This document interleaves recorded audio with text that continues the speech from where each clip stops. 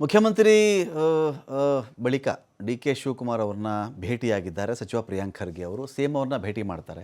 ಅದಾದಮೇಲೆ D K Shivakumar ಅವ್ರನ್ನೂ ಕೂಡ ಸಚಿವ ಪ್ರಿಯಾಂಕ್ ಖರ್ಗೆ ಭೇಟಿಯಾಗಿದ್ದಾರೆ. ದೆಹಲಿಯಿಂದ ವಾಪಸ್ಸಾದ ಬಳಿಕ CM DCM ಅವ್ರನ್ನ ಭೇಟಿ ಮಾಡಿದ್ದಾರೆ.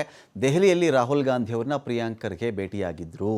ನೋಡಿ ಇಲ್ಲಿ ಏನಿದೆ ಅಂತ ಹೇಳಿದ್ರೆ, ಅವರ ತಂದೆ AICC ಅಧ್ಯಕ್ಷ ಮಲ್ಲಿಕಾರ್ಜುನ್ ಖರ್ಗೆ ಅವರು ಬೆಂಗಳೂರಲ್ಲೇ ಇದ್ದರು. ಇದಕ್ಕೆ ಮುಂಚೆ ಪ್ರಿಯಾಂಕ್ ಖರ್ಗೆ ಅವರು ದೆಹಲಿಗೆ ಹೋಗಿ ಅಲ್ಲಿ ರಾಹುಲ್ ಗಾಂಧಿ ಅವ್ರನ್ನ ಭೇಟಿ ಮಾಡ್ಕೊಂಡು ಬಂದಿದ್ದಾರೆ. ಅಂದರೆ ಏನೋ ಸಂದೇಶ ತಂದಿರಬೇಕಲ್ಲ ಅಲ್ಲಿಂದ. ರಾಹುಲ್ ಗಾಂಧಿ ಅವರ ಭೇಟಿ ಈ ಸಂದರ್ಭದಲ್ಲಿ ಸುಮ್ಮನೆ ಅಂತೂ ಆಗಿರಲ್ಲ.